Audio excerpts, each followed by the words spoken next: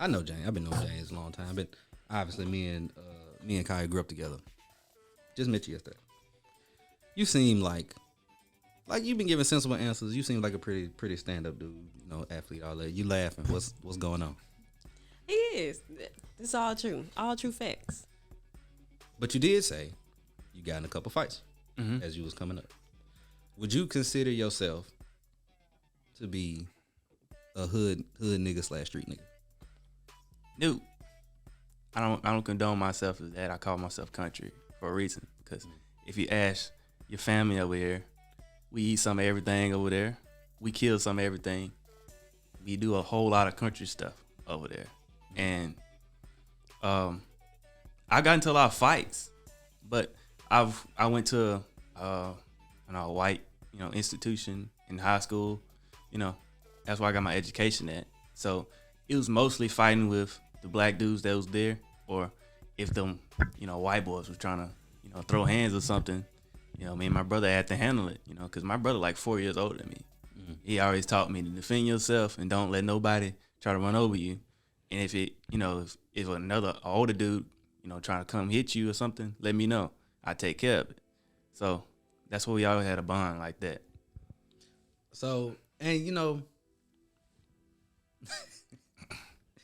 so you said you're from Clinton, right? Yeah.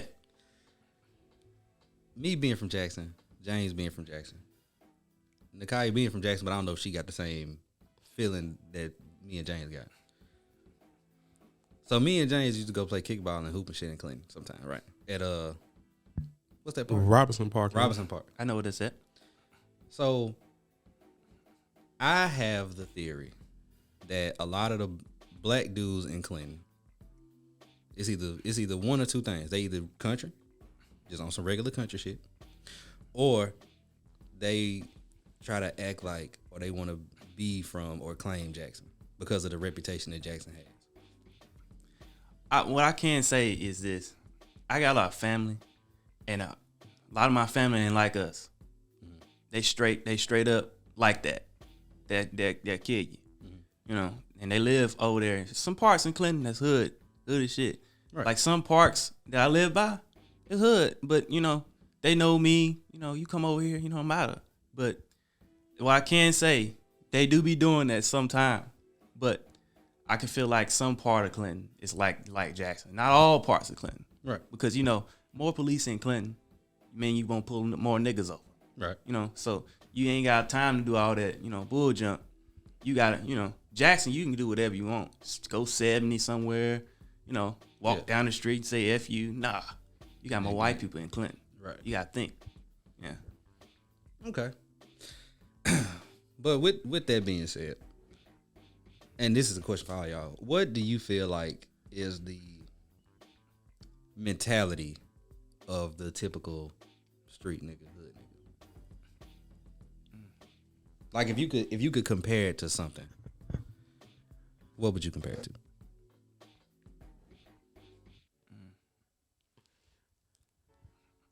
I don't know. It's given like the movie Hustle and Flow. Like, gotta get it by any means for like typical Jackson nigga.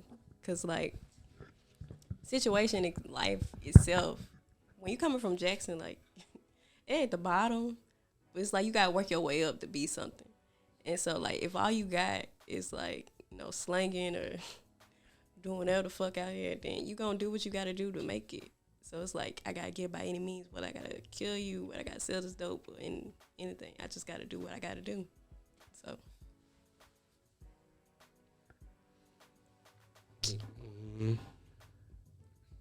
You say the mentality. Mm-hmm. On some like real life WWE shit. Like when I say that, like how like in wrestling, like the main eventers. Now we ain't gonna go. Yeah. Like, but the upper card. Yeah, like everybody want to hold their own. It go back to that though, holding your own, no matter what you doing. Hell, Kurt Angle, Olympic gold medalist, he want to prove he can hold his own. Right. No matter what you doing, I feel like that be the mentality. Whether you in the streets, whether you an athlete or whatever, it's just you want to hold your own. You can stand on your own too. Okay. Would y'all say that the street mentality and the, I guess you could say, typical woman's mentality overlap?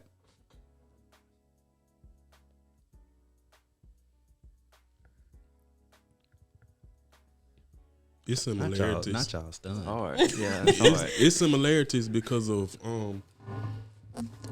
like I guess you could say like holding your own. Like I feel like in society in modern time, I'm not gonna even say modern time, let's just say the new millennium, to be honest. Like that is a trait of women. It's a trait of everybody, but it's a trait of women. I feel like they want to prove that they can hold their own with or without a man. By any means. Yeah, I agree with I that. definitely agree. Oh, because, like, you know, now you had, like, women on TikTok talking about, like, you know, you need, like, a 5-star man or, like, a man that's going to be able to provide for you. And if you're not doing that, then you need to be able to provide for yourself. Mm-hmm. And so it's like, okay, if you don't have a man doing it, you got to do it all by yourself, especially if we got kids. Like, if the man not doing his part, you got to do your part as a mama and a dad. So it's like that street mentality come in like, okay, I'm going to do whatever it takes to take care of my kids or take care of myself. So Yeah, I always used to say it's more pressure on women that got kids, really, because that street mentality really got to kick in. And you see like a single mom, don't mess with her. You trying to go date her, don't mess with her, because guess what? She gonna put you through some shit. You know, that's why everybody don't go date a single mom. You know, because you got to deal with that kid, and guess what? You got to satisfy her. That's two different things. So they gotta make it on their own. If you ain't bringing nothing to the table, what you there for? Right. You know? I find it interesting that y'all focused on the positive aspect of street nigga mentality and a woman's mentality, because I got this video. Who said that who said that I always want to prove you can hold your own is a positive thing? I mean, it go either way to me. Yeah, it goes the way. It can go either way, but when most people talk about that, they talk about it in a positive way. Trying of going to whatever lengths you need to go to make sure that you're taken care of. Oh, see, when I said it's a character trait. That's why I worded it the way I worded it. Mm-hmm. Try and prove you can hold your own versus holding your own. Two different things. True, because when you trying to prove it, then you can go off and be ignorant. But it's a virtuous trait. I should have said virtuous, not instead of character trait of being able to handle whatever you need to handle to make sure that you and yours taken care of. But this video is more so on the negative side, and I want y'all to listen and give y'all opinion. A street dude ain't no different than a female. They propagate gangsterism. Women think that's masculinity. It's a call for help. Street dudes grew up without a father. Father time, we gonna teach him not to be in the streets. But listen, when you staring at a street dude, what did he do? You looking at? What you looking at, nigga? That's the same thing that women do. When you staring at a woman, it's like, oh boy, what you looking at? They got the same energy as a woman. It just has a different frequency to it. You got the same energy. When you're over emotional, that creates toxicity. Your emotions is not in balance with logic. Like they dealing with a lot of internal problems. Propagate gangsterism, and women think that's masculinity. Smoking all day, popping pills, you know what I'm saying, flashing the money. They trying to compensate for the lack thereof. Something happened to that man when he was a little boy. A lot of them deal with a lot of mental issues, while a lot of them are really like low-key homosexuals too. A lot of I heard about that. I did hear about that. A lot of street people are really that, you know what I'm saying? But a lot of women today, you know, they really think that like, oh, he a street dude, you know what I'm saying? He's listening to NBA Youngboy. That's Bay right there. That's Bay. Got, you know, they think that's like masculine energy. A masculine man is always a very logical man, not an emotional man. Emotional people act on impulse. He sound like he low key sound like he hating. Yeah. I don't think he know what he really talking about. He ain't never stepped foot in no streets. He sound like though. Real talk. He sound like he hating. it was giving some Kevin Samuels. Ain't that his name? R.I.P. to that man. All right, R.I.P. to the guy Kevin Samuels. Yeah. But what is y'all? Oh. So are y'all disagreeing with everything he was saying? I agree to a certain extent. I don't know. They might look bad on me. repping the women right now, but I agree to a certain extent because like when you're dealing with, you know, your own personal traumas, that does reflect in your life and how you move through life. Like, you know, when you're trying to, it's reasons why women respond that way when a man is like approaching them. Because of course you gotta be safe about your surroundings. But then on the other hand, you do have some cocky women. I ain't gonna lie. I've met a couple women that come off as a little like, you know, can't approach me, don't talk to me. So, you know, yeah, you got that. And then, listen, I don't know about all the coke popping or whatever he was talking about with the women. I don't know about all that. Everybody got their own struggles. But no, he was saying that the women look at men who pop pills and all that stuff as more masculine. I never seen it. I never seen it, but I can say, yeah. I'm gonna let you finish what you're saying. You got it. I on that note, you know, it can be like that because of what the women are used to seeing in the home. If that kind of makes sense here, podcast. So if they're used to seeing that all the time, they're gonna think that's, you know, oh, that's cool. I like that. He masculine. Right. But they ain't never seen a man actually going out and getting it, working, not doing all that stuff. You know what I'm saying? They may hit a drink every now and then, but, you know, you see him giving you money all the time, or, you know, he out working, stressing, coming home, sleep. It's a different story. Right. Yeah. I feel like you gotta be mindful of the fact like fathers are like the main representation of what you gonna want to see in your own man. And like if you don't have a father in your life, then where's the representation? You just going off of what social media, what other people telling you that you need to find as a masculine man. So, you know. I do find that to be true too. Yeah. Women do, well, not just women, men do it too. Like I feel like you're more likely to give in to societal pressures if you don't see something coming up in the household. Cause what's your gauge?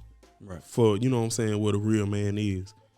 You know, I feel like that's where the social media and stuff come into play. What's your gauge for what you want in a woman? You might have mama trauma, so now you looking for your mama in a partner, but for some niggas it do exist, but nobody could ever fill that void. So like it do matter, but what he would like to him, like I've never heard a woman feel like popping pills and smoking weed make a man a man. I never. And you know me. I be on bitches' ass. Mm-hmm. But I've never heard that. Well, I feel like the popping pills and stuff was just an example, but I've definitely seen women who gravitate towards niggas who use drugs. Oh, and I can see why. But I don't know if they equated that to a man being a man, but those be the type of niggas that they move to. And then that nigga do what that nigga do. And now they looking stupid. So a question for you, well, for everybody. In present day, do you still think it's like that? About like women looking towards, because I feel like the whole gangster thing and women looking towards, I feel like that's kind of faded. I would say it depends on status. It depends on status, and I think it depends on age. Because it be the young niggas and the young women who promote that and who look to that. Once you grow and mature to a certain level, then you start moving different and attracting different shit. And being attracted to different shit. Status, age, and money. Because money always gonna play a part. Because, like, can he take care of you? Can he not take care of you? Okay, yeah. So. Women overlook a lot of shit if you can take care of them. From my experience. Shit, from my experience, too. So, final thoughts on that, on that video, on him. Buddy sound hurt. Yeah, buddy like a street nigga done gave him one of them knots. I don't know why I agree with him, but I disagree with the fact, with the idea that he sounded like he hating. I mean, I just feel like he just he sounded like he was hating on street niggas. Not every street nigga like that. Yeah, like That's you got true. some real sweet street niggas. Now, by sweet I don't mean gay. See, he talking about homosexuality ain't got no face, dude. There's a lot of big buff homosexual niggas who will probably whoop my ass. I'm gonna have to shoot them, but still. But, and I'm just going off of like thinking about the type of niggas that I saw and I was around growing up. The niggas who was my age, who was acting who was promoting gangsterism or whatever. A lot of them niggas had that same all the examples he gave outside of some of the drugs that's what I saw from them type of niggas. You know something. And then a lot of them niggas ended up being gay. So I kind of agree with all the she's saying. You think, well, for me, one thing we didn't discuss, environment play a role in it too. Because if you ain't from, like, come on, we went to JPS. Mm-hmm. If you ain't go to JPS, you might not view the shit like that. Because I'm going to be real, when I went to Jefferson Parish with my mama for that 1 year and I was in the 7th grade, like, the girls were attracted to different shit. Mm-hmm. But the school was a 60 to 70% white, probably 10 black, and probably the other 10 Hispanic, Asian, just a mixture. It was diverse. They weren't looking for the same shit that a motherfucker was looking for when I went to Provine. True. So the Provine bitch, yeah, she gonna look for that. But that's probably go back to what you said about seeing in the home. That's probably what she used to. Stepdaddy probably in that motherfucker like Rodney. She used to that. Or Jody, one of the two. Yeah. I guess, man. I don't know, because I ain't been nowhere outside of JPS. So maybe this is just what I'm used to. Oh, it's some different shit outside this motherfucker. I ain't spent number 1 year outside of it, and boy. Oh, I'm already knowing. Between you and you going to Clinton and Clyde being in Brandon. Did you ever go outside of JPS? Mm-mm. I was JPS the whole time. And so that's why I can agree with what she talking about. But that's why I say I see what he's saying. Cause them Northwest bitches would have went for the same. See, I'm wrong because them little girls and we was little. Oh. But I'm talking about my peer group. Hey, I went to Northwest. That's crazy. Me too. Yeah, I did too. I'm talking about my peer group of when I went for a year. Wasn't hitting no shit with. I was the best in school at that time. Wasn't it? At that time, yeah, probably. But by the time I got to Blackburn was the best. Like, male figures play a role. Like, if your daddy acting like this, your daddy doing all the things that the man was saying in the video, of course you gonna like emulate it because you like that's what a man's supposed to be. Like, I'm trying to be like your daddy because your daddy is like your first father figure in your life when you like a man. So, well,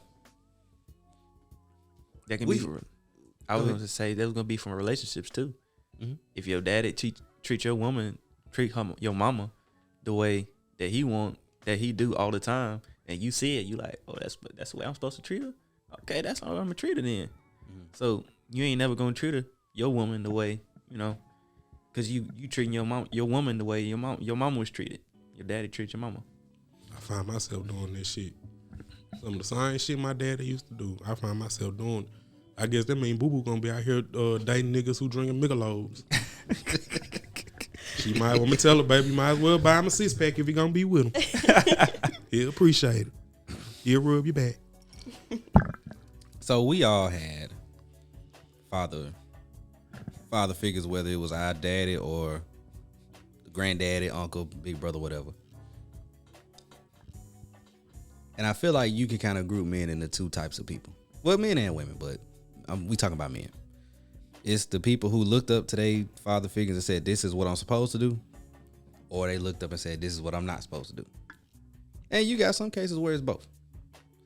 So I feel like that also plays a role. When you have, say your daddy treated your mama a certain way that wasn't good, but then you see your grandparents' relationship, been married 50 years or, whatever, and everything all good. You got a different lens to look through.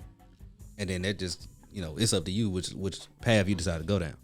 But I feel like most of the well-rounded men, as far as mentality, had those like multiple views. I feel like that's what I had. Like, I had my dad, and I also had grandparents and uncles and shit. And everybody showed me something a little different. And I took from each of them how you supposed to move, how you supposed to treat a woman, how you supposed to handle your business as a man. And most niggas who act like this dude in this video talking about didn't have it. They didn't have a father figure at all, or the father figures they had wasn't shit. And it don't necessarily have to be family. Like, you play sports, you might, some people look up to their coaches and stuff, or like if you got a favorite male teacher. So a lot of niggas don't have that, because if you got a terrible situation at home, a lot of times when you get to school, you ain't looking to them niggas for no guidance. You around your coach because you gotta be. You around your teacher because you gotta be. You ain't looking for no life lesson from them. But who the fuck am I? I mean, it's all about that foundation. That's all it is. Like the foundation you got at home. It all starts at home, really. Yeah. I would say foundation at home, and you hit on the coach part, because I know that I've been around I played with black people my whole life, black and white, so I got both sides of it. And it's like some of these black players were looking for, a father figure. Earl Sanders, the coach at Tula, played over there. He was a father figure for multiple dudes that graduated and got their bachelors. And they were just like you were describing right there. Hoes, going out, messing with all these women. But guess what? They got their bachelor's degree, and guess what they doing now? Got kids and got a family. Doing real for themselves. But see, the thing is, Coach Sanders was always working. So when they saw Coach Sanders working, he taught them, this is how y'all work. This is how you provide for your family. Right. This is how you be a man. Because Coach Sanders was out there. He fun man to talk to. But one thing about him and all them other coaches over there, they gonna work you. Yeah. Even though we may lose some games, they gonna work you. They gonna teach you how to become a man. That's the other thing. Yeah. I feel that. So one thing y'all touched on before we kind of snowballed was your idea of a masculine man. So what is y'all's idea of a masculine man? What are some of the qualities? What are some of the traits that a real man has? Because that seems to differ throughout our community as black people. Hey, let me go get a drink before I answer this. So back to our question at hand. What is, and you who going first? I'll go first. Ray going first. Okay, we'll just go down the line then. What is in your mind a masculine man? A masculine man / real man. Well, what I describe, if I look at my grandpa, and she's met both of them. Look at my grandpa, look at my dad. My grandpa, he was all about work. He's all about work. And he's all about getting things done. He's aware of his feelings, definitely. But he's always gonna treat my grandma with respect, even though how much scrap my grandma throw up, and my dad is about kind of the same way, My dad, he's been through a lot, but he showed me how to become a man, because when every day, either sport we played, because I played baseball, football, soccer, anything, he was always there. So making time for us, because a lot of men that say they're masculine, they don't make time for their children, their offspring, So they teach their child certain things, and they lead the family. So they leading things they do. So I never want to call myself a man, and I see my wife sitting there watching me lay down on my butt, ain't doing nothing. She would call me lazy, right? Everybody in the building can agree with that. You don't call me straight lazy, and they're gonna say, "Hey, he ain't doing nothing, Grandma. What am I supposed to do? Leave him." You know what I'm saying? Mm-hmm. If I can't change the tire, who am I? You know what I'm saying? I gotta get my hands dirty. Yeah. So, and now, new age, it's like people are trying to become aware of their feelings now, and I feel like that's kind of taken away of being masculine. But I feel like that's masculine too, because if you're aware of your feelings, we gotta have more black men talking out about their feelings, because that's what's killing us now. You know what I'm saying? So I'll end it there and let Kaya talk, because she kind of taught me that right there. Yeah. Before she goes, I wanna piggyback on something you said about being aware of your feelings. I do agree that a lot of people are trying to become more aware of their feelings nowadays, especially men. But I feel like although they're aware or becoming aware, they still don't know how to maneuver those feelings. Yeah. Or maneuver through those feelings. And it's not killing us as much, but when you got a lot of dudes out here who moving and reacting off of how they feel, it can still put them in messed up situations. To that, I would just say this. That's the reason why there's no communication. So you talking about moving and reacting. So if we don't communicate, in a good manner, not, hey, bitch ass nigga, Right. you fucked up my girl yesterday, man. I'm finna fuck you up. Yeah. They ain't nowhere to come. Hey, bro, I had a problem with that last night. You mind talking about it? You can still be stern. Yeah. Get your feelings out. And if there's still a problem, walk away. You got more life to live. You know what I'm saying? Let him go on. He know what he did. You know what I'm saying? But there's gonna be some fights, but it ain't gotta end with shooting somebody. You know what I'm saying? I got you. Yeah. Well, I don't know. Like, me and my dad, we weren't really close till I got older. And so then my granddad, he was on the road a lot. And I wasn't over there with, our grandparents like that. So I didn't have a male figure like that growing up. So I really had to go based off what I saw other people's families and TV. And those two things are not good scales of judgment when trying to figure out, like, what is masculine. Because I was growing up like, okay, a protector.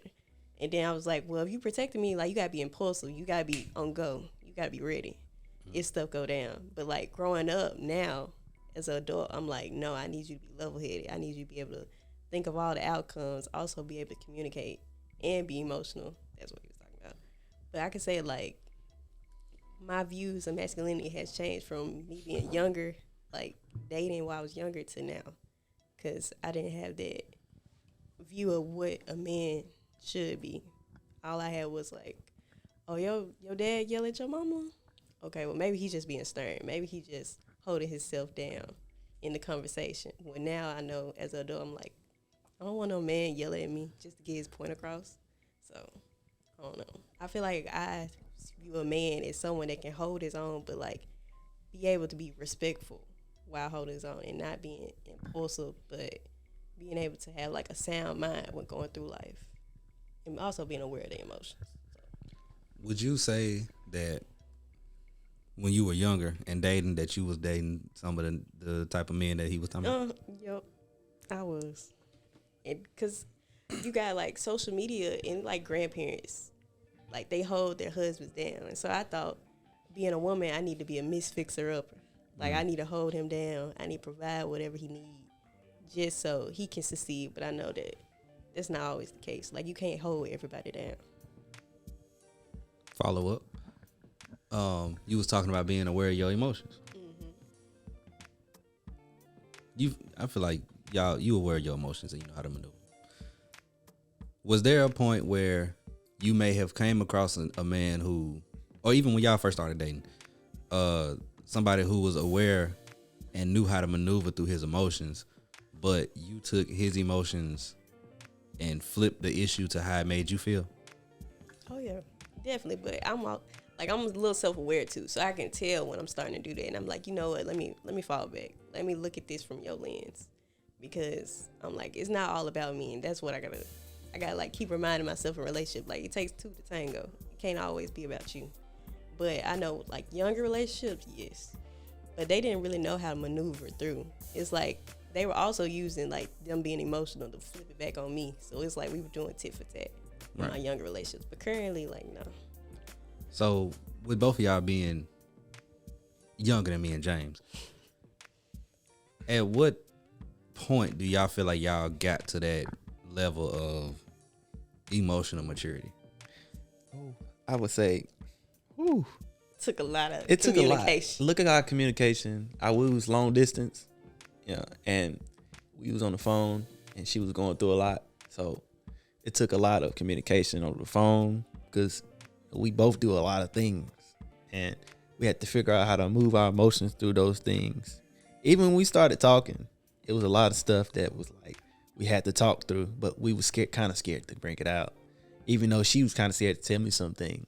Then I figured it out like 3 months later, but I ain't gonna talk about that. Yeah. But yeah, that's why emotions. I had to, figure out how to bottle my emotions and come out and tell her.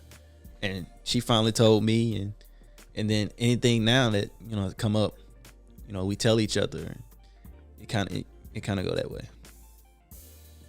Yeah, it's like a rule. Like, as long as we're not hurting each other's feelings, like, put it on the forefront. Just go ahead and deal with it. Because you rather go ahead and talk about it, and then we work on it rather than we just avoiding the issue. And now we just, like, we walking on needles, trying to avoid the problem. When you say hurting each other's feelings, you mean being malicious, or you mean avoiding tough conversation? Like Being cutthroat. Yeah, being cutthroat about it. Because, like, in the moment when you're emotional, you can say anything. And I feel like you got to take a step back and think about, like, how would this affect the other person if you say it? Even though it might be the truth. Like, how can you reword it? So delivery. Yeah. Okay. Well, We're going to go back to the original question about masculine man. And then we talk about all that other shit. I feel like, Brad, something I can see in you, I feel like you were raised by strong male figures. Yeah. It show. It definitely is show. Because when you were answering the question, to me, you answered it, I guess, in what society would say now, from a perspective of a traditional man. I could definitely tell you had strong male figures in your life. For me, answering the question, what's a masculine man? Number one, morals. That's the number one thing I will look at. Number two, because this to me go into providing. And it's a word, a lot of people look at providing as money and stuff like that, but resourcefulness. I think there's one thing, if I ain't learned nothing else, well, that's one of the top 3 things I think I learned from my daddy. He was hella resourceful, like super resourceful. And so, like, even if you ain't got it, like we discussed this before though, somebody who can do it, or you know something. So You're going to find a way. Yeah, you're going to find a way. So resourcefulness, being your morals got to be in line. And the feelings thing I'm torn on, because I do think is like they say we logical creatures, and we can be, but men emotional as fuck to me. And what make us like worse is, I think it's like this going back generations. Like, men haven't been able to kind of express their emotions. So present day men are still learning how to do that. And I think that's kind of where the disconnect between women and men be. Because me expressing my emotions is not an easy thing. And I don't consider myself an emotional person. But I don't consider myself a non-emotional person either. But I'm definitely not expressive until it just build up. That's when the shit get bad. But the other characteristic I say in a masculine man though is accountability. So that's my definition. If you got morals, you got accountability, and you got resourcefulness, that's that provide, protection, all that shit. I feel like they go into that. Cause to be honest, I don't even consider myself like super masculine. But do you consider yourself to be a real man? Yeah. So they not always one and the same. No, I think you got a man's man, then you got a man. Like your granddaddy was a man's man, and your great grand, like them men, like they gonna drop the whole motor. Yeah. My brakes need fixing right now, and I wouldn't know where to start. Start by taking the tire off. Never mind. Don't See worry. what I'm saying, though? Wheel off, excuse me. Start by See taking what I'm saying, though? You start by taking the wheel. I ain't no man's man. Shit, I ain't fucking with it. Let me go find somebody who know how to do it. My hands gonna stay pretty so I can do things with them. I feel that. Protection, right? Mm-hmm. Does protection stop at protecting yourself and your family as a man? And now, folks, it's time to say goodnight. We sincerely appreciate your patronage and hope we've succeeded in bringing you an enjoyable evening of entertainment. Please drive home carefully and come back again soon. Good night.